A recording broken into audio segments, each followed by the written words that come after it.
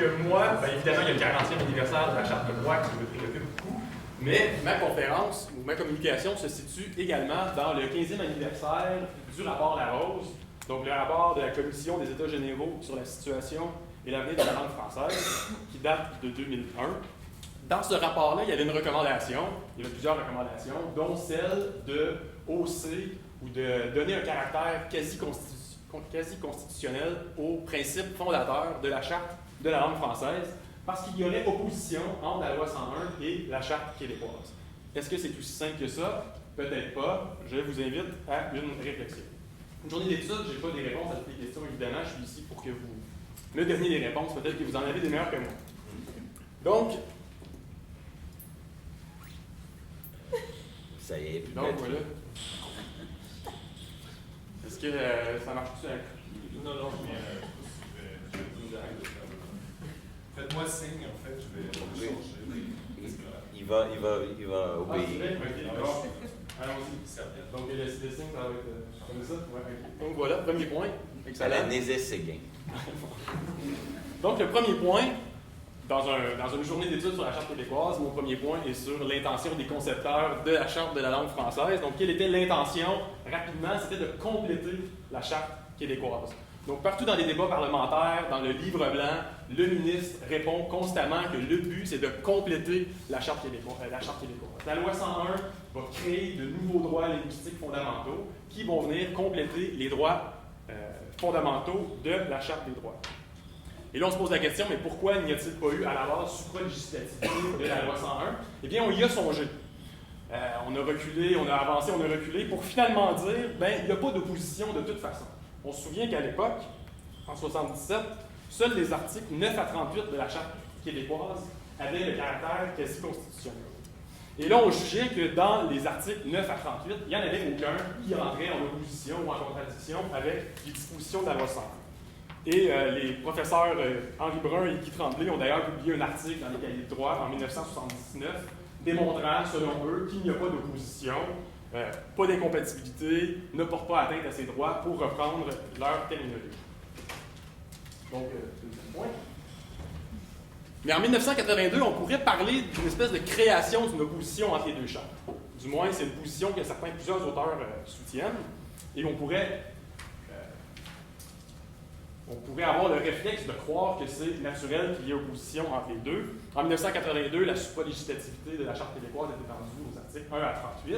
Et là, est-ce que c'est la porte ouverte entre l'opposition entre les droits collectifs de la loi 101 et les droits individuels de la Charte des droits, l'opposition entre les droits de la langue majoritaire prévue dans la loi 101 et l'instrument anti-majoritaire, si on veut, dans la Charte québécoise? Eh bien, il y a plusieurs auteurs qui parlent de cette question-là. J'en cite que 3. Combinés. Dans le rapport Larose, je l'ai dit, on parle d'un conflit entre les chartes. Il y a Michel Venn qui publie dans la Revue du Barreau pour le 30e anniversaire de l'entrée en vigueur de la Charte des droits. Il parle d'une opposition qu'il faut absolument leur donner un caractère quasi-constitutionnel. Et Jacques-Yvan Morin, en 1987, qui vient dire que les tribunaux vont faire prévaloir mécaniquement la Charte québécoise sur la loi 101. Mais ce qui est intéressant, c'est que tous les auteurs qui parlent de hausser ou de donner le caractère quasi-constitutionnel à la loi 101 ne s'appuient pas sur une recherche jurisprudentielle. C'est plus une position de principe. Donc, on donne souvent l'exemple de parce qu'il y a eu l'arrêt Ford, ça prend la quasi-constitutionnalité des principes de la loi 101. Troisième point. Mais il y a aussi plusieurs auteurs. Là, je me suis minuté ce matin, puis en parlant de plein d'auteurs, j'avais dépassé largement de 20 minutes, et là, j'ai été un peu menacé. Donc, je vais m'en venir à un seul auteur. Il y a un air bête en avant. C'est exact, c'est directement devant moi. Donc, un seul auteur, c'est un peu moi qui lui fais dire ça, je l'avoue, mais José Verling, qui parle en fait de deux domaines distincts dans l'usage des langues. Il fait la distinction entre l'usage officiel et l'usage privé externe. Il dit dans l'usage privé externe, ça c'est l'affichage public, les conditions de travail, l'étiquetage, eh bien, il doit absolument y avoir une proportionnalité entre le but et les moyens, et donc que ces dispositions-là sont plus sujettes à contestation, plus sujettes à ce qu'on retrouve cette opposition-là entre les champs. Et de l'autre côté, dans l'usage officiel, toujours selon Verling, qui est plutôt les services publics, où là, l'État doit avoir la plus grande marge de manœuvre possible, parce qu'autrement, si on pouvait forcer l'État à donner des services en 2, 3, 4, 10, 20 langues, ça devient impraticable, très coûteux, il y a comme une espèce je ne veux pas employer le mot ridicule, mais il y a quelque chose de compliqué à pouvoir tenir une telle posture. Donc là, dialogue, et peut-être que le dialogue se retrouverait dans une part des dispositions de la loi 101 versus plus une opposition dans d'autres dispositions de la loi 101. Voilà. Donc, opposition et dialogue, c'est la question que je me suis posée, étant donné que les auteurs n'étaient pas allés faire la recherche, je me suis dit, je vais y aller, et le 40e anniversaire me donnait un beau prétexte pour aller fouiller dans ce sens-là. Donc, comme tout bon juriste, j'ai fait ma recherche sur ce qui, je parle 30 secondes de Manéto. Je ne peux pas vraiment aborder ça, vous me poserez des questions, vous viendrez me voir après, ça va me faire plaisir. Donc, j'ai retenu les décisions suivantes, en allant dans la législation citée, Charte québécoise, loi 101, 128 jugements, lesquels où on voit vraiment un dialogue ou une opposition ou une interaction. J'ai retenu, lorsque l'une l'emporte sur l'autre, évidemment, on cite les deux chartes, qu'est-ce qui prévaut, qu'est-ce qui ne prévaut pas, on interprète les deux, puis finalement, c'est la Charte québécoise qui l'emporte. Je pense à la Ford, évidemment.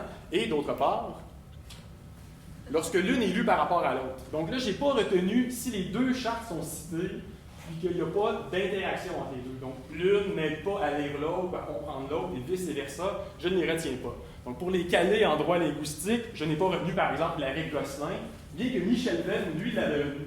Moi, je juge qu'il n'y a pas d'interaction entre les deux chartes dans cette affaire-là, Gosselin 2005, où on utilise la Charte québécoise pour contester la loi 101. C'est un cas d'accès à l'école anglaise par des parents francophones qui jugeaient que c'était discriminatoire, parce qu'une partie de la population canadienne, québécoise y avait accès, et pas eux. Mais finalement, la Cour suprême ne fait même pas écho aux arguments de Charte québécoise. Il dit que c'est la Charte canadienne qui règle la question, parce que le législateur, ce qu'il voulu faire, c'est prendre les dispositions de la Charte canadienne qui prévoit le droit d'accès à l'école anglaise pour les minorités provinciales et les a mis dans la loi 101. Donc, vous n'allez pas utiliser la Charte québécoise pour finalement attaquer indirectement la Charte canadienne. Donc, c'est pour ça qu'on n'a pas retenu Gosselin. Et aussi, par exemple, l'arrêt Westmount sur les fusions municipales, qui est très célèbre également, où on conteste la loi sur les fusions municipales. Et le bout où on conteste la loi 101, en fait, on utilise la Charte canadienne, l'article 16, sur la progression vers l'égalité. C'était l'argument du commissaire aux langues officielles. Donc, il n'est pas question d'interaction entre les deux chartes, je ne les ai pas retenues. Donc voilà, on file. Opposition et dialogue, encore une fois. Donc voilà, sur les 128 décisions, il y a seulement 9 décisions où il y a véritablement une interaction. On pourrait dire 11, mais il y en a 2 que j'ai éliminées parce que c'est des décisions de tribunaux inférieurs, donc je vais regarder tous les tribunaux possibles. Des décisions de tribunaux inférieurs, il y a beaucoup de volumes, souvent on fait copier-coller le raisonnement, puis là on le reprend intégralement. Donc moi je ne jugeais pas que c'était 2 décisions, donc c'est pour ça qu'il y en a seulement 9. Première décision, Ford, évidemment, je l'ai dit. Tout le monde le connaît, là, je ne m'attarde pas, où il y a une opposition, donc le symbole du rouge. Hein? Voilà, c'est l'opposition. En tout cas, vous allez voir, j'ai une espèce de code de couleur. Hein, comme dans nos cas, les étudiants du barreau mettaient bien des couleurs. Voilà. C'est pas juste les femmes qui mettent des couleurs. Hein. On parlait de préjugés tantôt, il faudrait peut-être rajouter ça au questionnaire. Ensuite de ça, Devine, en 1988, encore de la Cour suprême, où là, il était question des dispositions de la loi 101 sur l'étiquetage, les modes d'emploi, et non pas principalement sur l'affichage. Et là, la Cour vient dire, oui, ça viole la liberté d'expression. Encore une fois, c'est la Charte québécoise, parce qu'il y a une clause dérogatoire qui a été utilisée sur la Charte canadienne. Donc, oui, il y a violation de la liberté d'expression, mais dans Ford, on a dit que c'était justifié, la nette prédominance. Ici, c'était l'équivalence. Donc, l'équivalence entre les langues dans l'étiquetage, c'est nécessairement justifié. Et sur le droit à l'égalité, on vient dire que le droit à l'égalité, qui est élu avec la liberté d'expression, je lis le passage, ne comporte pas la garantie du droit de s'exprimer exclusivement dans sa propre langue. Donc, on voit ici une espèce de dialogue entre les deux chartes, avec le code vert. Ensuite de ça, Forget, la même année, on voit que la Cour suprême en 88 a été très occupée avec la loi 101. Ça, c'était une question, on utilisait la Charte québécoise pour attaquer les dispositions de la loi 101 sur l'accès aux ordres professionnels. Pour être membre de l'ordre professionnel, il faut avoir une connaissance appropriée du français. Là, il y avait une présomption que les gens qui ont fait 3 ans d'études secondaires ou post-secondaires en français pouvaient se servir. C'est encore comme ça aujourd'hui. Et donc, tous ceux qui n'ont pas fait d'études secondaires et post-secondaires en français doivent prouver leur connaissance appropriée. Les non-francophones sont désavantagés parce que majoritairement vont fréquenter des institutions qui ne sont pas de langue française. Est-ce qu'il y a opposition? Non, finalement, la Cour va venir dire, et voilà encore vert. Merci. Voilà, donc, non, oui, peut-être que les non-francophones sont désavantagés, mais puisque la loi 101 exige le français, elle peut aller vérifier si cette connaissance-là, elle est véritablement là. Ensuite de ça, autre décision, entreprise WFH de 2001. Dans cette affaire-là, on tentait de refaire le débat sur Ford, où là, on contestait les dispositions sur la nette prédominance du français dans l'affichage. Et là, la Cour va venir dire que l'obitaire sur la nette prédominance fait partie du stare decisis. Donc, est-ce que la situation a changé depuis 1988 ou pas? C'est au requérant de faire la preuve. Donc, le débat, finalement, où il y avait opposition dans Ford, dans WFH, devient un dialogue. Ce qui m'amène à dire, et voilà, j'en peux peut-être en choquer plusieurs, un autre clic, c'est que finalement, Ford sert de dialogue. Parce que grâce à Ford, il y a maintenant un dialogue dans WFH. Et on le voit le mois passé dans la boulangerie Maxis, la Cour supérieure se repenche, et là, il y a une requête en cours d'appel.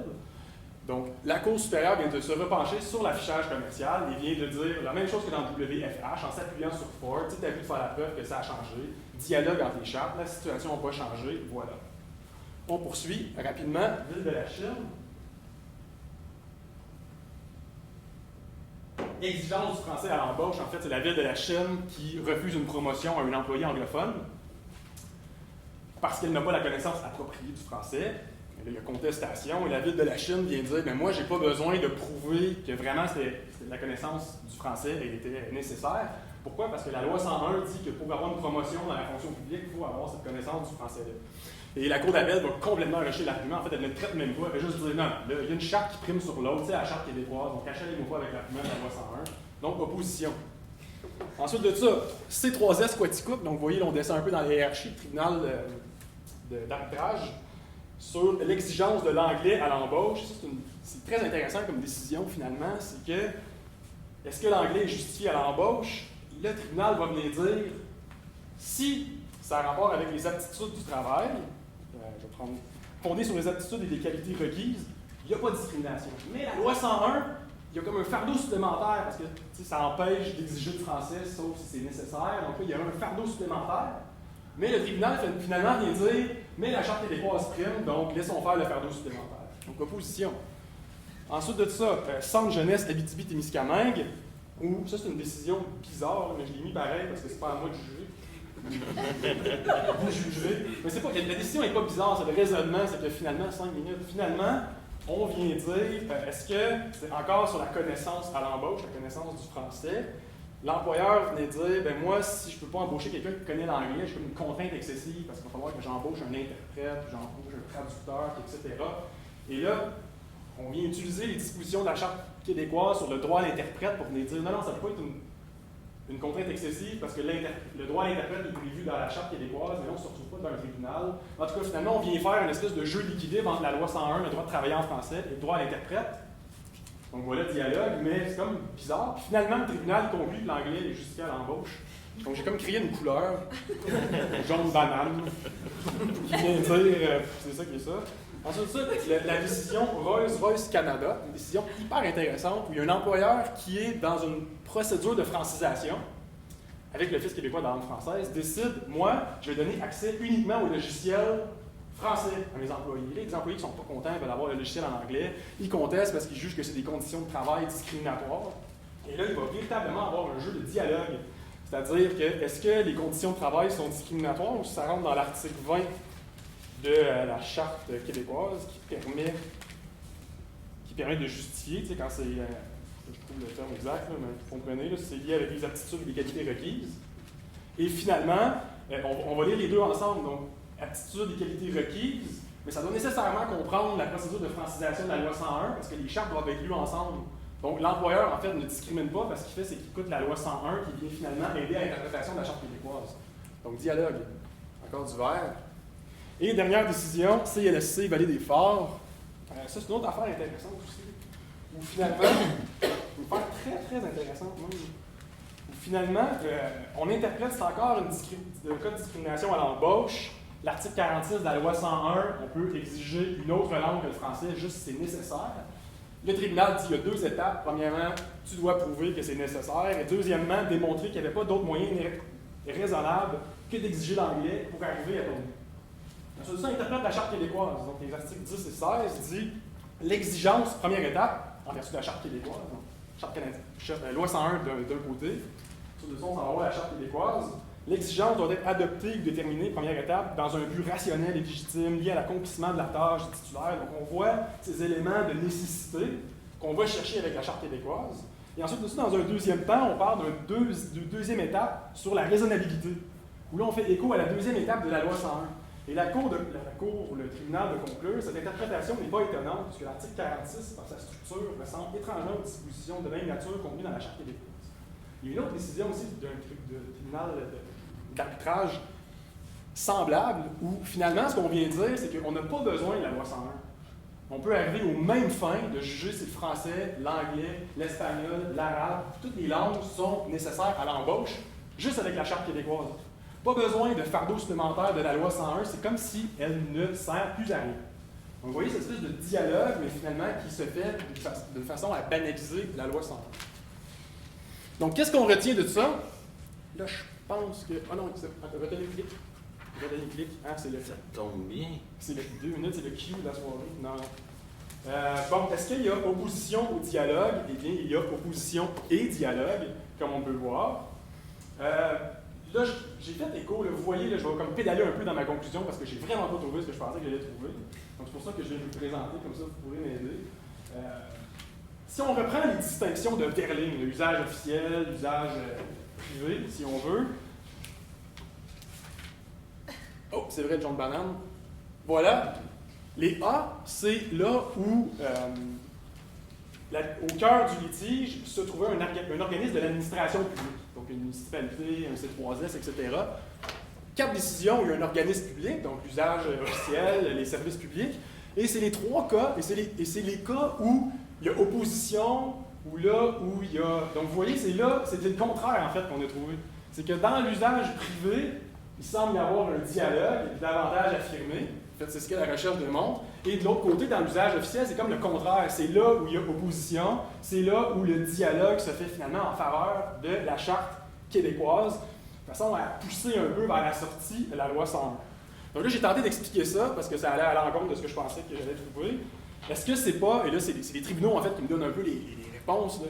Tu sais, la loi 101, et ce qui est intéressant aussi, c'est que dans l'usage, dans toutes les A, là, dans l'administration publique, c'est tous des cas d'embauche, discrimination à l'embauche. Donc, il y a peut-être un biais d'échantillon là, que je ne contrôlais pas, où finalement, on peut peut-être penser que parce que la loi 101 sur la langue de travail veut s'attaquer à la discrimination à l'embauche, on ne peut pas finalement utiliser la loi 101 pour discriminer en faveur d'une langue. C'est peut-être ça. Là, finalement, on n'a pas besoin de ça parce que la Charte québécoise nous suffit pour lutter contre la discrimination. Est-ce que c'est une hypothèse que je pose comme ça? Et dans l'usage privé externe, au début, je m'étais dit, c'est peut-être parce que, dans le fond, il y a eu le saut de la Cour suprême, le saut des dispositions quasi-constitutionnelles, et donc que les tribunaux ont peut-être plus facilement emprunté ce chemin-là. Je rejette également cette hypothèse-là, en faisant une mini-publicité, parce que je publie un livre cet automne, puis je traite un peu cette question-là, donc je ne vais pas faire une publicité ici. Un titre, un éditeur. Septentrion. Donc voilà, qui traite de l'interprétation de la loi 101. L'interprétation de la loi 101 quand il n'était pas question de constitutionnalité. Donc quand on interprétait un mot, une expression de la loi 101, est-ce qu'on a retenu la version qui donnait une interprétation restrictive du droit au français ou une interprétation large? Et j'en suis venu à la conclusion, il y a 26 jugements de nos tribunaux supérieurs et cours d'appel, qui traitent de cette question-là. Et 20 fois sur 26, on a retenu l'interprétation restrictive des droits du français. On a tenté de donner le moins d'impact possible aux Français. Donc, dès qu'on sort de la Charte canadienne, cette espèce d'impression-là qu'on pouvait avoir se manifeste, mais pas du tout. Ça serait encore un biais d'échantillonnage que je ne contrôlais pas. Et là, je termine là-dessus. Donc, il y aurait parfois opposition, parfois dialogue. Là, je reviens aux auteurs qui pensaient de quasi-constitutionnaliser les dispositions de la loi 101. Il semble que ça soit, quand on regarde, ça ne soit pas vraiment justifié, ou du moins que c'est discutable, quand on sort juste du principe ou des idées symboliques ou politiques. Peut-être qu'avec l'échantillonnage, on n'a pas encore de matière à vraiment affirmer ce point-là. Et également, Ce qui est intéressant, c'est qu'on parle tout le temps de constitutionnaliser les principes fondateurs de la loi 101, qui sont le droit de parler français dans des assemblées délibérantes, le droit à une éducation en français, le droit de travailler en français, et tous ces principes fondateurs-là n'auraient eu aucun impact, ou du moins, je l'imagine mal à la lecture des jugements, sur l'issue de ces litiges. Donc voilà, je vous remercie beaucoup.